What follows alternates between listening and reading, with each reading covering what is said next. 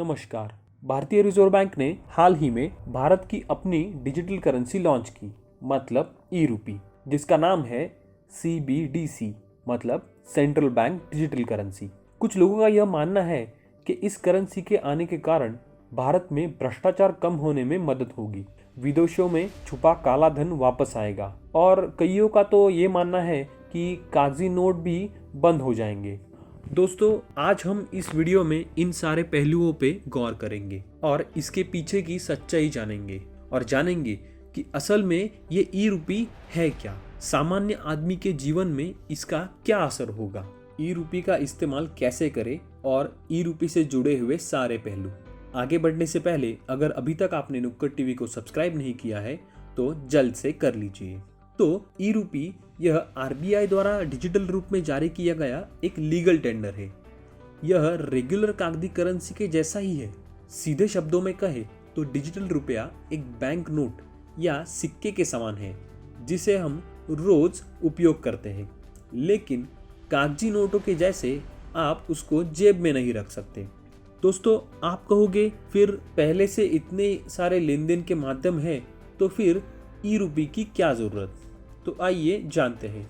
हम लोग फिलहाल कुछ 3-4 माध्यम से पैसे की लेन देन करते हैं। पहला है UPI, मतलब यूनिफाइड पेमेंट इंटरफेस। जैसे कि आप अपने फ़ोन में विविध ऐप के जरिए लोगों को पैसा भेजते हैं और पैसा रिसीव करते हैं। उसका एग्जाम्पल है गूगल पे, पेटीएम, फ़ोन पे इत्यादि ऐप्स। दूसरा है NEFT, मतलब नेशनल इलेक्ट्रॉनिक फंड ट्रांसफ़र।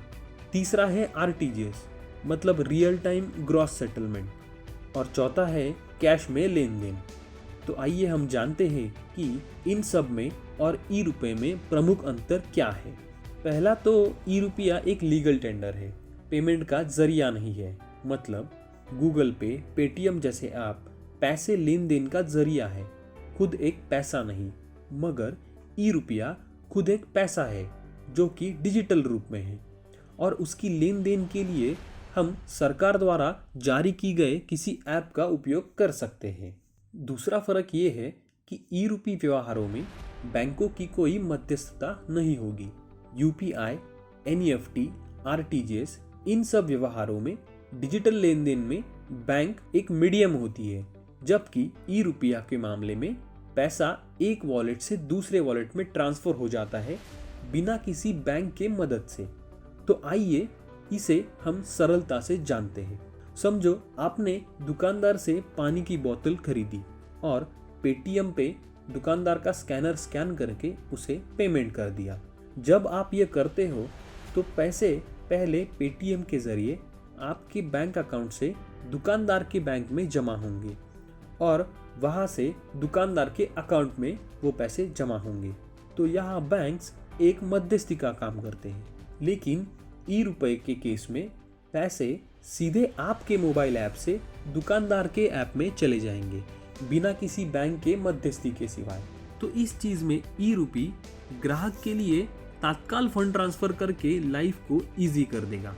बैंकों या बाकी संस्था सेटलमेंट करने के लिए जो वक्त लेती है वो वक्त इस ट्रांसफर्स में नहीं लगेगा। तीसरी चीज़ है गुमनामी।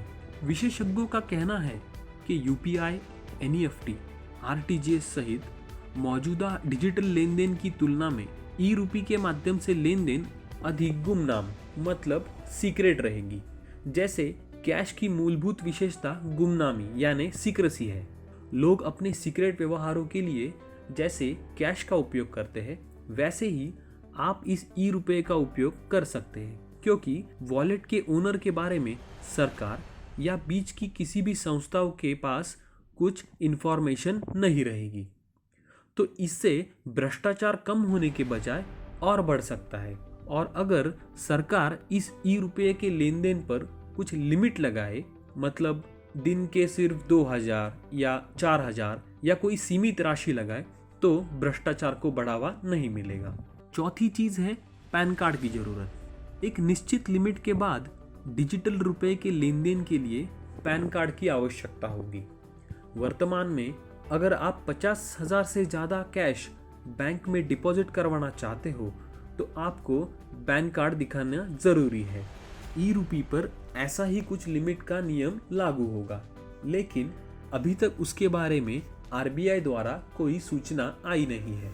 विश्लेषकों का यह मानना है कि ई रुपये का उपयोग finance, instant loan, trade finance आदि चीजों में अधिकतम किया जा सकता है। यहाँ हमने ई रूपी और बाकी लेन देन के माध्यमों के बीच का फर्क देखा। तो आइए अब हम देखेंगे कि क्या आप इस ई रुपये की सुविधा का लाभ ले सकते हैं, और हाँ तो कैसे। रिजर्व बैंक ने ई रूपी के step by step pilot launch के लिए 8 बैंकों को चुना है। State bank of India, ICICI bank, yes bank और IDFC बैंक, यह 4 बैंक पायलट प्रोग्राम के पहले चरण में हिस्सा ले रहे हैं, जबकि bank of Baroda, union bank of India, HDFC bank और कोटक महिंद्रा बैंक दूसरे चरण में पायलट प्रोग्राम से जुड़ेंगे।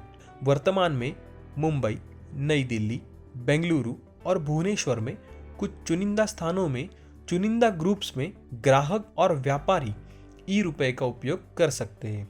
इन 4 बैंकों ने दिए हुए वॉलेट से वो लेन देन के व्यवहार कर सकते हैं। यूजर अपने वॉलेट को अपने बैंक खातों से लिंक कर सकते हैं और वॉलेट में पैसे लोड कर सकते हैं, और व्यक्तिगत भुगतान के लिए या दुकानों पर डिजिटल रुपये का उपयोग कर सकते हैं। डिजिटल पैसा भेजना या प्राप्त करने के लिए यह वॉलेट का होना जरूरी है। जैसे हमने पहले देखा, यहाँ सिर्फ अपने पैसे लोड करने के लिए ही बैंक की जरूरत है, पैसे की लेन देन के लिए बैंकों की जरूरत नहीं है। तो दोस्तों, ई रुपये के कारण कागजी मतलब कैश के व्यवहार और कागज के नोट कतई बंद नहीं होंगे, ये तो आपने समझ ही लिया। और ई रुपये में विदेशी कालाधन भारत में लाने की क्षमता है, ऐसा तो फिलहाल लगता नहीं। जाते जाते अपने दोस्तों के साथ ये वीडियो को ज़रूर शेयर करें और ये जानकारी उनके साथ भी बांटें। ई रुपये के बारे में आने वाली सारी जानकारी हम आपके लिए सरल भाषा में लाते रहेंगे। ऐसे ही नई चीज़ों पर ज्ञान पाने के लिए नुक्कड़ टीवी को ज़रूर सब्सक्राइब करें। जय हिंद, वंदे मातरम।